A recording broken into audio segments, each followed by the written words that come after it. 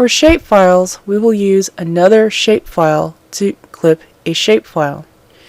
We can make a polygon shapefile from the graphic we created from the previous step. The shapefile will need a spatial projection. We will use the same spatial projection as our data frame. The data frame may not have one because we have not set one. We will use the planar spatial projection with feet as linear units of measurement. So down here towards the bottom, again on my toolbar, so I'm going to make sure that I have my graphic area of interest selected. So if you don't have it selected, it might look something like this. You don't see the handles. So you'll need to select it. And in order to select it, you need to make sure that you have the Select Element tool activated.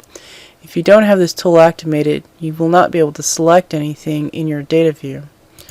So I'm going to select my graphic area of interest. Now I'm going to go down here to the Draw toolbar and click this Draw drop-down menu. And then I'm going to be looking for Convert Graphics to Features. Once I've located that, I'll go ahead and left-click on that, which will open the Convert Graphics to Features dialog window. So down here where it says Convert, I want to make sure that it says Polygon Graphic. And right now it says Selected Graphics Only. There's only one selected. Now it's asking me to use the same coordinate system as what? So if we already have a piece of data here that already has the correct spatial projection that we want, we can choose that one and it will copy that spatial projection. But we actually don't know since we just added everything here. But one thing that I do know is that I did set my data frame spatial projection to the correct one that I do want to use. So I'll go ahead and leave in use the same coordinate system as the data frame. And down here towards the bottom where it says Output Shapefile or Feature Class, we're actually going to need to save this into our geodatabase. And because in a previous step that we had set our default geodatabase to this Marlet Park, it remembers that.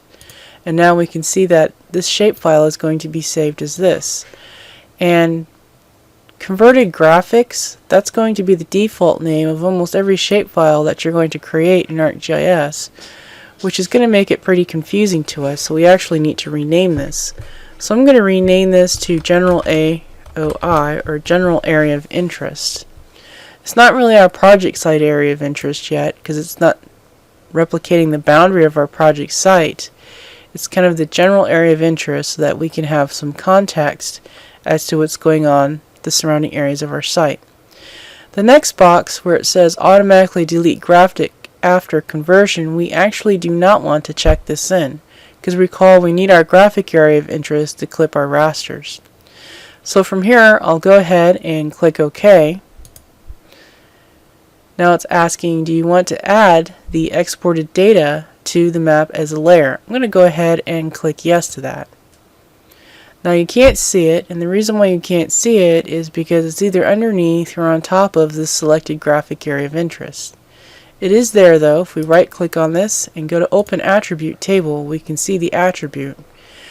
And because this particular shapefile is in a geodatabase, we automatically get the shape's length and the shape's area. So for every shapefile that you create and place into a geodatabase, the shapefile's length and the shapefile's area is automatically calculated for you. So I'll go ahead and click Exit. Let's take a look at what it looks like inside of our geodatabase. So over here on the right side we have the catalog, and we can navigate to where our geodatabase is stored. And we can see that graphic area of interest stored inside of our geodatabase.